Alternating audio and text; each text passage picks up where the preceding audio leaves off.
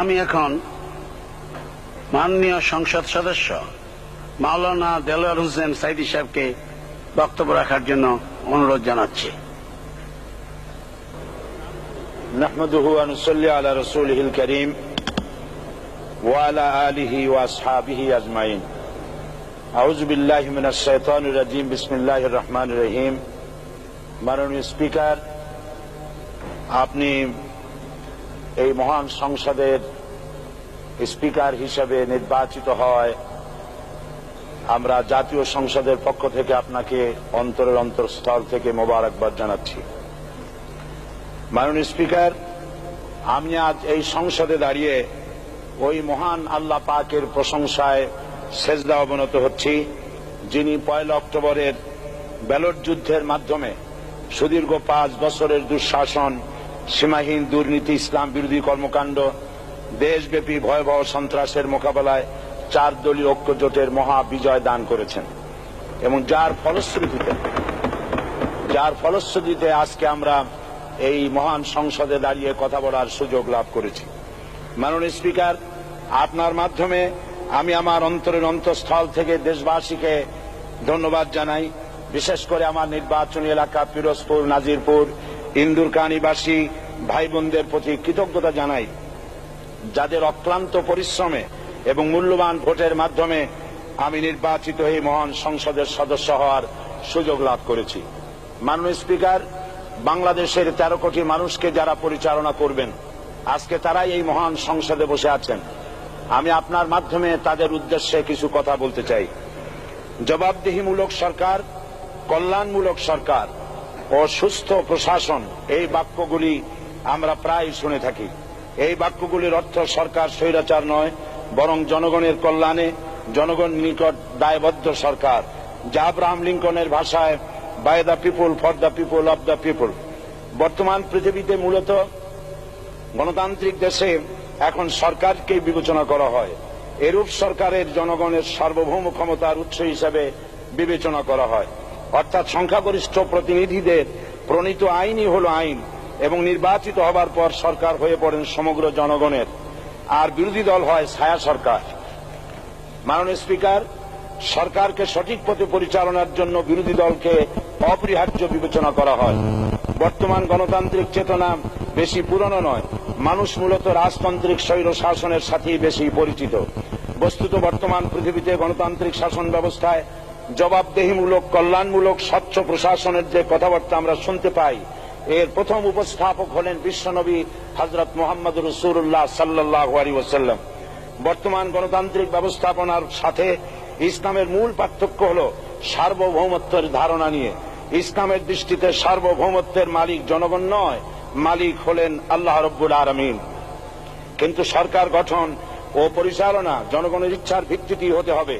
জনগণের ইচ্ছার বিরুদ্ধে ক্ষমতায় থাকার অধিকার ইসলামের স্বীকৃত নয়।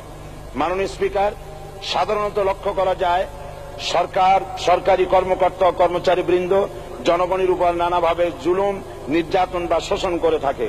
জনগণের খাদেম না হয়ে তারা হয়ে পড়েন জনগণের প্রভু। তারা জনগণের সম্পদকে তসরুপ করে। এই অবস্থা থেকে মুক্ত করার জন্য রাসূল করিম সাল্লাল্লাহু আলাইহি ওয়াসাল্লাম সরকারি কর্মকর্তা ও কর্মচারীদের মধ্যে তীব্র দায়িত্ব অনুভূতি জাগ্রত করে তিনি বলেন, ঘুষ দাতা ও গৃহীতা উভয় জাহান্নামী। নবী করিম সাল্লাল্লাহু আলাইহি ওয়াসাল্লাম আরো বলেছেন, আমরা যদি কাউকে কোনো রাষ্ট্রীয় দায়িত্ব প্রদান করি, তখন সেই ব্যক্তি তার ব্যক্তিগত কাজ যতটা নিষ্ঠা ও আন্তরিকতার সাথে পালন করে, রাষ্ট্রীয় দায়িত্ব যদি সেভাবে পালন না করে, তবে কিয়ামতের দিন তাকে উল্টো করে জাহান্নামে নিক্ষেপ করা হবে। রাষ্ট্রীয় সম্পদ তসরুপের ব্যাপারে কঠোর হুঁশিয়ারি উচ্চারণ করে বিশ্বনবী মুহাম্মদ রাসূলুল্লাহ সাল্লাল্লাহু আলাইহি ওয়াসাল্লাম বলেছেন, রাষ্ট্রীয় দায়িত্ব পালনকারী কেউ যদি 1 টুকরা সুতা বা তার চেয়েও ক্ষুদ্র কোনো জিনিস খেয়ানত করে, তবে কিয়ামতের দিন খেয়ানতের বোঝা মাথায় করে তাকে উঠতে হবে। মাননীয় স্পিকার, আল্লাহ রসুল যে সরকার ব্যবস্থা প্রতিষ্ঠা করেছিলেন, তা সত্যিকার অর্থে ছিল জনকল্যাণমূলক সরকার। তার সরকারে দায়িত্ব পালনকারী ব্যক্তিবর্গের মধ্যে চরম দায়িত্ব অনুভূতি জাগ্রত করে দেওয়া হয়েছিল। এটা সম্ভব হয়েছিল কেবলমাত্র আখিরাতের তীব্র বিশ্বাস ও মহান আল্লাহর দরবারে জবাবদিহিতার অনুভূতির মাধ্যমে। মানুষের নিকট জবাবদিহিতা পাশ কাটিয়ে যাওয়া যায়, কিন্তু আল্লাহর নিকট জবাবদিহিতা পাশ কাটানোর কোনো সুযোগ নেই। মাননীয় স্পিকার, নবী করিম সাল্লাল্লাহু আলাইহি সাল্লামের সরকার ব্যবস্থাপনায় সবাই যেমন আইনের দৃষ্টিতে সমান অধিকার ভোগ করেছে, ঠিক তেমনি ভাবে রাষ্ট্রের নাগরিক হিসাবে সবারই মৌলিক চাহিদাসমূহ পূরণ হয়েছে। ঋণগ্রস্ত এতিম অসহায় জনগণ রাষ্ট্রীয় তহবিল থেকে সহযোগিতা লাভ করেছে। মূলত এটা জনকল্যাণমূলক সরকারের ধারণা বিশ্ববাসী তখনই প্রথম অবলোকন করে। মাননীয় স্পিকার, নবী করিম সাল্লাল্লাহু আলাইহি সাল্লাম সরকারি কর্মকর্তাদের বিরুদ্ধে কোনো অভিযোগ পেলে তখনই ব্যবস্থা গ্রহণ করতেন। আইনের চোখে সবাই সমান এবং এ কারণেই শাসকদের আত্মীয় স্বজন কারো পক্ষে সম্ভব ছিল না জনগণের উপরে জুলুম করা। খলিফা ওমর রাদিয়াল্লাহু তাআলা আনহুর এক ছেলে অপরাধী প্রমাণিত হলে সে দণ্ডভোগ থেকে রেহাই পায়নি, এমনকি এতে তার মৃত্যুদণ্ড হয়েছিল। আবার খলিফা নিজেকে আইনের ঊর্ধ্বে মনে করতেন না, তাই বর্ম চুরির ঘটনায় আলী রাদিয়াল্লাহু তাআলা আনহু কাজীর দরবারে সাধারণ ফরিয়াদির মতো উপস্থিত হন। নিজের ছেলে ও চাকরের সাক্ষী যথেষ্ট না হয় কাজী খলিফার বিপক্ষে রায় দেন। এখানে বিচার বিভাগ ছিল সম্পূর্ণ স্বাধীন এবং শাসন বিভাগের নিকট তার কোনো দায়বদ্ধতা ছিল না। মাননীয় স্পিকার, এসব হলো ইতিহাস। মুসলমান আজ অনুসরণ করতে চায় না তাদের অতীতের গৌরবোজ্জ্বল কর্মপদ্ধতিকে।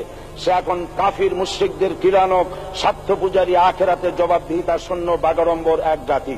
মাননীয় স্পিকার, যে জাতির এক পূর্বসূরি মাথায় আটার বোঝা বহন করে নিয়ে চললেন আর বলে গেলেন, মানুষ কেন, ফোরাতের কূলে যদি একটি কুকুরও না খেয়ে মারা যায় তবে এই ওমর রাদিয়াল্লাহু তাআলা আনহুকে কিয়ামতের দিন আল্লাহর দরবারে জবাবদিহি করতে হবে।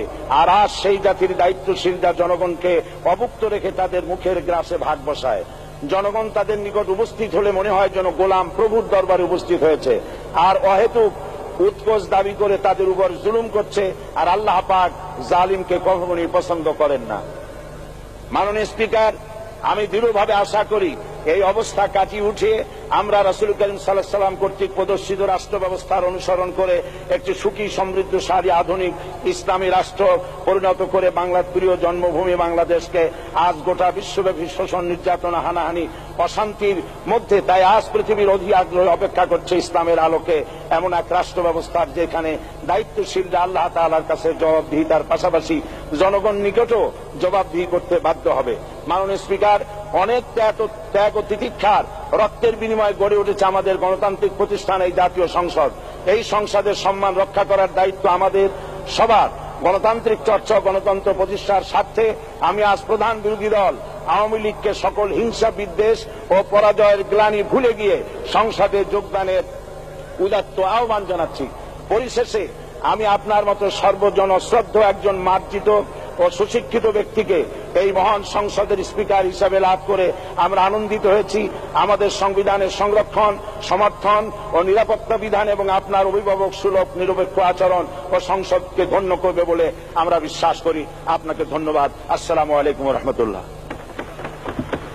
মাননীয় সদস্য মাওলানা দেলোয়ার হোসেন সাঈদী সাহেবকে আপনার তথ্যপূর্ণ ইসলামিক মূল্যবোধ সহ মূল্যবান বক্তব্যের জন্য ধন্যবাদ।